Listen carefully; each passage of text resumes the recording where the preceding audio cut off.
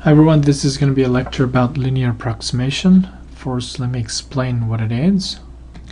This is something you already know. It's a tangent line, but we're looking at that object as a function, and that's really what this is. So here's a graph, y equals f of x. I think the very first problem of the calculus is calculating instantaneous rate of change, but it's also introduced that we turn that into a geometry problem, which is computing a tangent line. So object to that is this graph, y equals f of x, and here's the tangent line at a point a comma f of a. So if you look at it here, and we have a definition of a tangent line. So this is a graph of the function and tangent line. That's one of the motivational problem of this subject, but we want to look at this as a functional setting. So here's an equation of this line in y form, y equals something form. So f prime of a is the slope, and a comma f of a is the point the line is passing through, also is on this graph. So this is the equation of the line. So like I said, if we take this equation of the line on the right hand side, which is simply an expression in x, we define this as a function.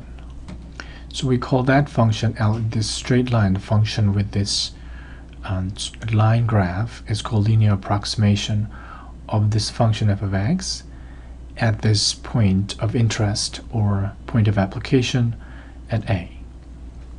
So let me state this statement, approximation. Since we're calling this approximate, I think what it is suggesting is that around the point x equals a, as this picture suggests, if x value is away from this base point a, you can see the y value is very different, but around a it's kind of very close to each other.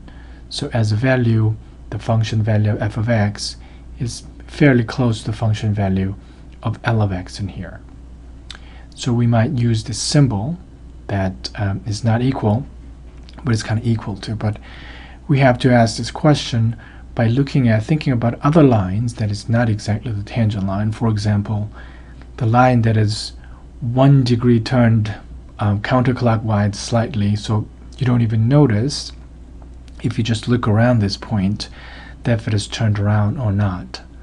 So for that example of that line, we still have the statement, if you just look around that point, that wrong line I call it's a fake line, fake linear approximation, still looks like a good approximation too.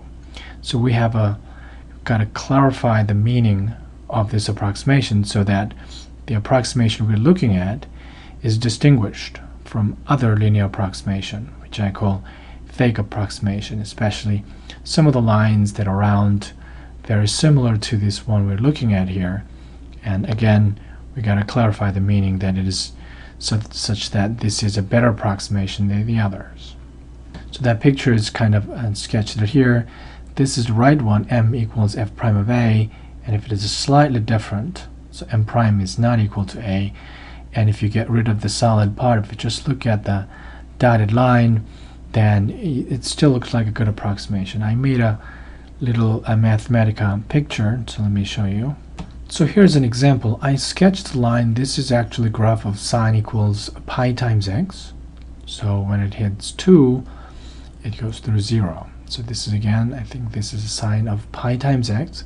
And I sketched the line at that point x equals 2, so that line looks like a pretty good approximation to the graph sine equals pi x. And let me show you another line.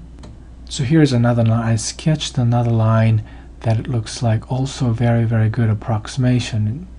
So these are the two lines. They both look like a good approximation. In what sense one line is better than the other? So here's a theorem that might explain about that special line. The tangent line is a good linear approximation as a function. It has a better value than other lines that passes through a point a comma f of a. So f of x, this time here you notice that this is exactly equal symbol equals f of a plus this part is a tangent line, the linear approximation, and how is it different? So this part must tell us that how good this one is. It says it approaches 0, so it seems like x minus a is there. That is, as x approaches a, that part is making this term approaching 0. Additionally, that the term I will call this error term, this error term is also going to 0. So this product of two quantity that are both approaching 0. So that tells us about something, how good this error term is. So second part of the theory also says clearly about how good this approximation is. So f of x minus L of x, that will be the difference, which is usually what we notice here when we look at the graph. We pay attention to this part, how close this function value is from that approximation we're using. So if you look at these just two, and around x equals a, and if you're looking at the fake line, they're all kind of about equal to each other. So when we divide that by the size of an input, and how close is that its input to the base value a is, so that will be something called relative error, or it's like a percentage of this difference relative to our input size. Then it says as x approaches a, the relative input, the relative error is negligible as x is sufficiently close to a. And another interesting part of this, there is only one line that has this property. The relative error is vanishing. There's only one line, and that line is that linear approximation, the tangent line we had up there. So these two theorems clearly tells us that how we distinguish that linear approximation from other fake linear approximation. So I'm here showing you those two lines again. This is a one linear approximation line, and here's another. And this is the second line I showed, and I just showed those two lines I showed earlier in the same order. So actually I swapped the order, so the second one, first one I showed here before is this one here. This measures this difference here. You can see this, the function sine pi x. The first one I showed is actually the fake one. If you subtract these two and divide it by the size of input, and then it shows that how they varied. As you can see, that x is very, very close to 2. It is not approaching 0, but if you look at that guy here, the right one with the tangent line, if you look at the relative error relative to x minus 2, the difference is really approaching 0. So clearly here it's showing which approximations are better if you go to the deeper level. Now let's take a look at the proof, and proof is actually surprisingly simple, but it is important to see the structure and where it's coming about and how to extend this result to a better and better approximation. So it starts from the statement function is differentiable at a, and the statement is this: f prime of a by definition is defined like this, and this quotient approaches this quantity. So let's write this one not as just a statement about this limit, but a statement about the neighborhood of a. So here, this quantity approaching f prime of a, what's written below here, it means if you actually look at this quantity, there is this f prime of a, and difference between this quantity, there is something, ex, we call error term ex, and this ex is approaching 0, right? As x approaches a, and this whole quantity, which is equal to that, and if you subtract off this one, the difference must approach 0. So if we switch this equal symbol, this quotient that appears inside the limit must be equal to this type of a quantity where this term ex is approaching 0 as x approaches a. So let's solve this, isolate this equation for f of x. So first you multiply x minus a both sides, then left hand side will be just f of x minus f of a, and x minus is multiplied to this main portion, so that appeared here, and x minus a is also multiply ex, so that's what we get here. Now if you solve for f of x, then we have the shape that f of a and the function term at that point of interest a, and this is the line part, the main line part. This whole together is linear approximation, and we have ex here, and that ex is the property we required. Moreover, if you rewrite this entire two terms as a linear approximation Lx, and if you move it to the other side, we have f of x minus Lx. So that's the difference between these two original function, and our approximation is exactly have this expression then if you divide it by this input size x minus a, you can see that's exactly ex that approaches 0. So we have this property right here as well. And you can easily see if you have a wrong coefficient right here, instead of f prime of x, there's a something else. As you divide both sides, it'll leave a little bit of a pattern here. Let me write it in here. So I wrote it here in the case of fake approximation. So suppose we don't have these things. Instead of we have f prime of a slightly wrong, that amount is exactly represented by this delta here. That's some constant I throw in, like 0.1 in there, so that in the picture it's slightly different slope. But if you subtract the right linear approximation, it leaves a little bit of off in here. Right, fix this slide a little bit. Let me just explain it a little bit slowly. For example, first, this is what we have so far. F of x minus the good linear approximation is expressed nicely like this, where ex is approaching 0. And here's our fake linear approximation. That is almost like Lx, but there's a slight twist in the slope, so it looks like this. Now if you consider the difference of the original function and the fake linear approximation goes like this, since it has this shape. If you replace it, we have the good approximation, good error part shows up, and this part survives. Now if you look at the relative error, if you divide everything by x minus a, then we have this. Alright, I remove things a little bit. So if you divide everything by x minus a, you have this much. This is supposed to be the relative error of the fake linear approximation, and this one is approaching 0, but it's just staying there and not changing at all. So you cannot get rid of this factor. So if it is slightly different slope, and this phenomenon I showed earlier is not going to work. Therefore we prove that the line that has this property, there's only one line that has this property. So I think these two things clearly shows that with this proof that this is this very good linear approximation, the linear function that approximates this f of x around a. Okay, let's not stop here. Since we looked at this analysis and numerical analysis, why don't we look at a higher and higher approximation? Why just stay in a linear approximation? Let's look at quadratic approximation and cubic approximation. So how does the quadratic approximation look like? So here's the theorem. First, we're going to say f is differentiable around this neighborhood of a, whatever that is. Maybe it's negative infinity to positive infinity. Many of polynomial functions or elementary functions that has domain negative infinity to positive infinity usually have this infinitely many differentiable property. So here's the quadratic approximation. F of x has this preserved linear approximation form, and with this one more quadratic term added here, where these coefficients are still constant, it only depends on a, and your variable here is x. And let's look at the error term. That's exactly quadratic function. And except that quadratic function, we have this shape of the error term. E2 is still some error factor that approaches 0 as x approaches a, and we have this quadratic factor. So this is like with the order 2 vanishing factor, and there's another factor that is approaching 0. So that's the result. It's a nice result. And we don't have a good information about how fast this one is going to 0, but it shows that clearly the behavior as a quadratic function. So what you have to note here is that the shape of this coefficient.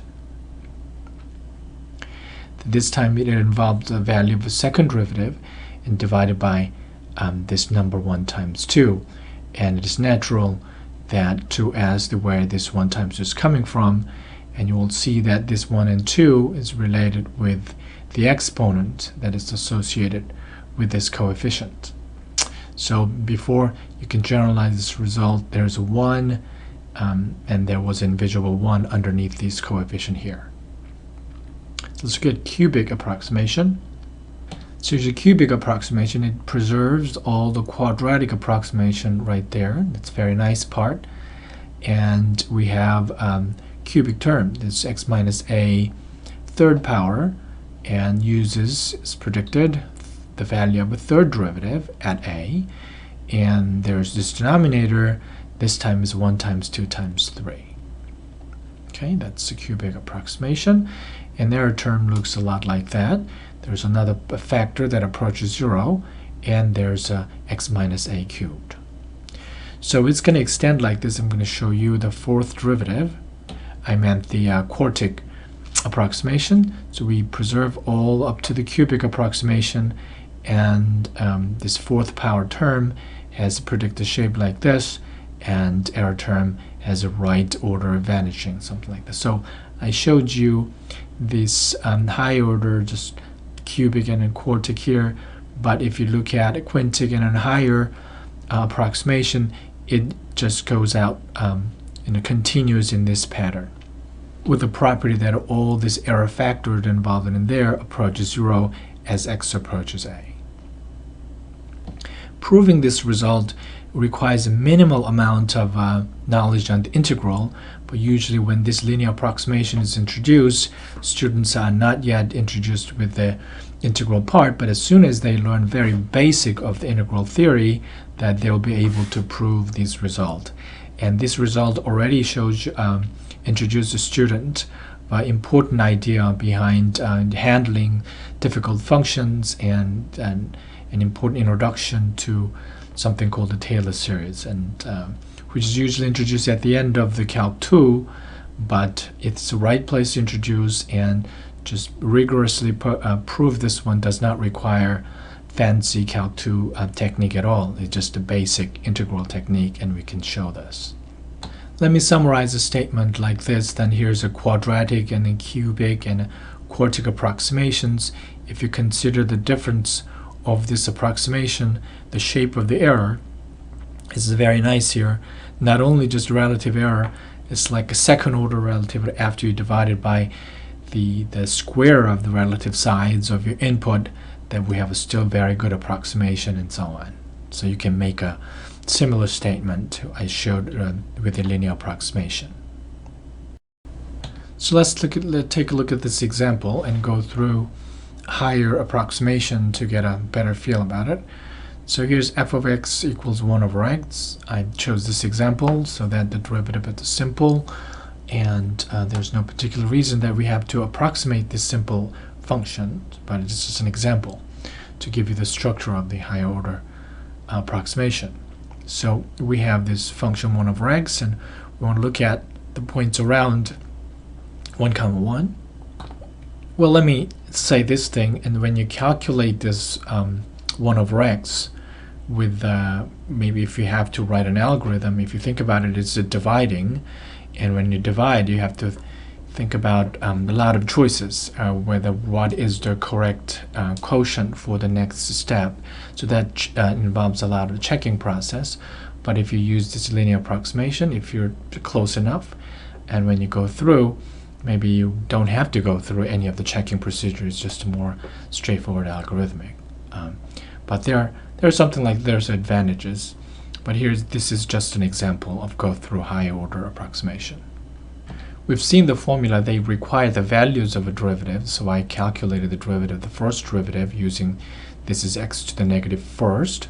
So if you differentiate, it looks like this.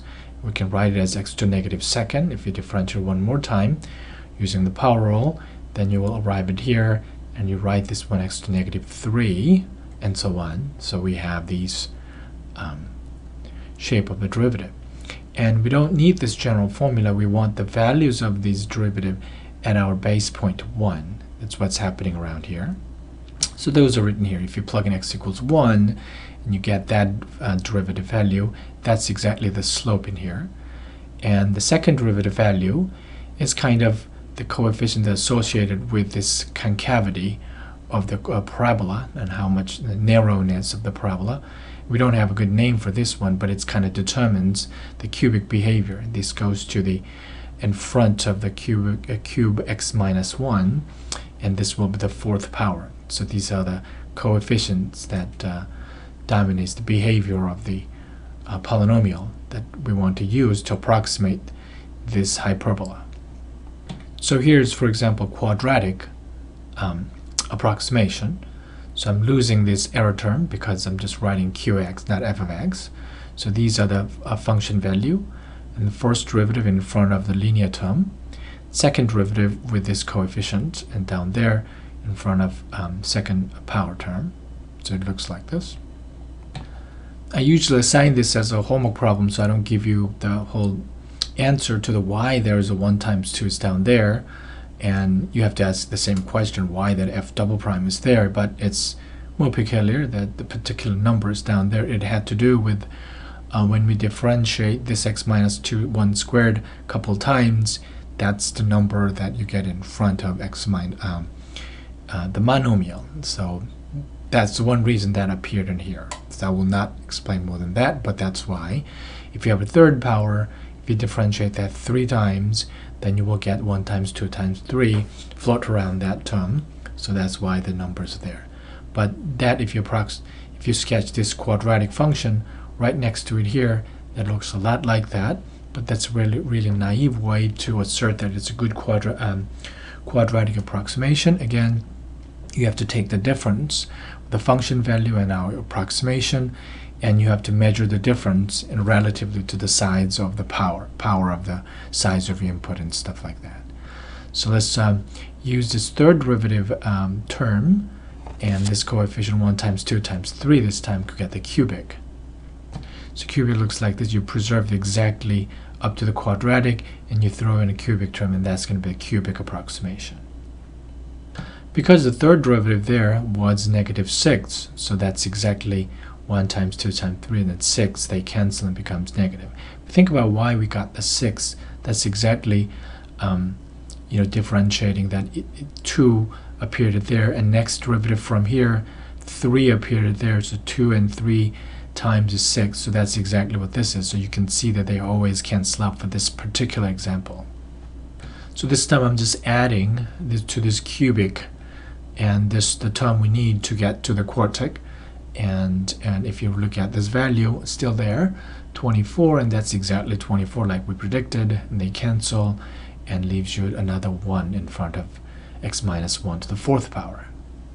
So that looks a lot like this. You might recognize this as a geometric series, and you can really turn this one into closed form, and you can get back to kind of something closer to the 1 over x. But let's leave it that way, and then we're going to use a computer to see how they look like. Again, by just sketching these quadratic and cubic and quartic, they just all look alike to human eyes. So you really have to strip off to see the difference, and which we will also do with the computer. Okay, here are some examples of a fake approximation I played with. I just looked at my code, and I was consistent with just adding 0.1 there. So that was actually 1.1, this is -0.9, and this is supposed to be 1.1. But I think it still shows the idea, the slight off. So we have a good linear approximation, we have a slight off of the coefficient in that quadratic part. Cubic approximation, we picked up the correct coefficient all the way up to quadratic, and pick up a slightly wrong coefficient in front of cube term, and so on.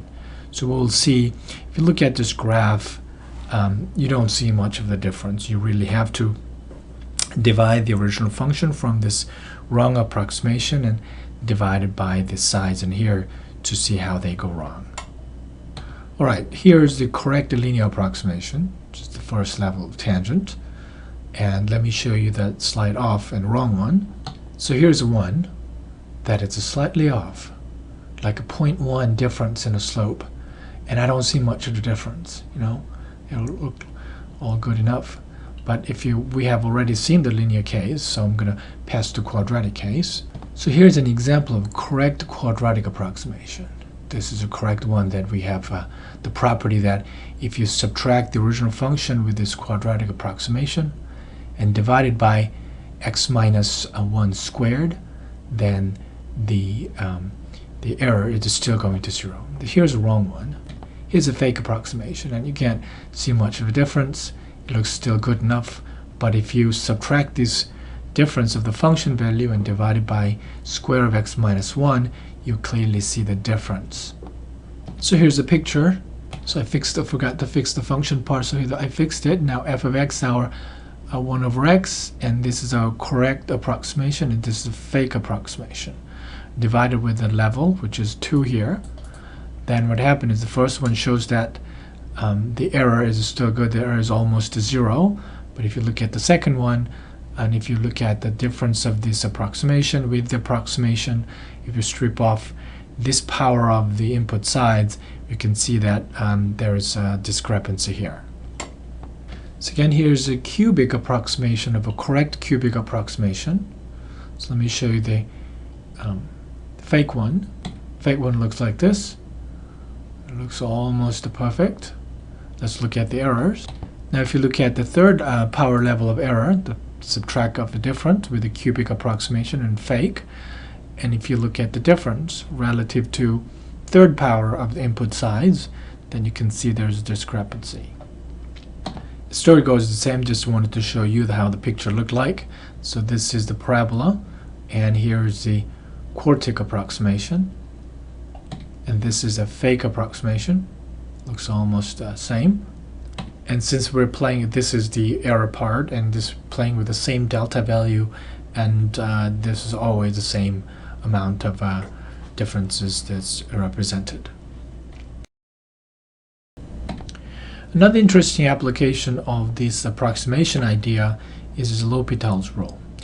Usually the L'Hopital's rule is introduced and then proof, the rigorous and the correct proof is also introduced in the book, but at that stage they don't usually show the proof of the higher level of L'Hopital's rule. For example, like this, f of a and g of a is a function, and we usually look at this L'Hopital's rule problem or limit problem of quotient, where f and g are elementary functions. So we usually have this property, the infinitely many differentiable, not only at a one point but around the points. That's kind of the same thing. To be infinitely differentiable, you need to have that differentiability around that point. So not only this f of a and g of a is approaching 0, but not only they're 0, but their derivative and the second derivative are all 0. In that case, we just keep differentiating in the L'Hopital's rule until we get something that is not indeterminate form. There's a proof that it doesn't have of this type of L'Hopital's rule, not using our approximation technique, but this approximation is not only important for this L'Hopital's rule, and it is very, very important part of analysis. And here I think the right way to look at the L'Hopital's rule is using those approximations. So if we use that, the proof of this one is straightforward. Let me finish stating the L'Hopital's rule. So if you have a function f of x and g of x, that if you just apply the limit laws here, f of a and g of a is 0, so we can't apply the limit law. If you differentiate one time, according to the L'Hopital's rule, we still have a problem with 0 and 0, but L'Hopital's rule allow you keep doing that until you have something in denominator non-zero. So if the third time when we did that, the denominator became non-zero, the limit value here is just simply the quotient of the values of a third derivative like this. So here's why. First, you write down f of x as a cubic approximation, and because this function term and first derivative and second derivative, they're all 0. If you think about that cubic approximation, they all use a coefficient in front of that x minus a, but they're all 0. So the only part that survives is really the cubic term. So the third derivative divided by 3 times 2 times 1, that's 6, and there's an error term with the property that this error factor is approaching 0.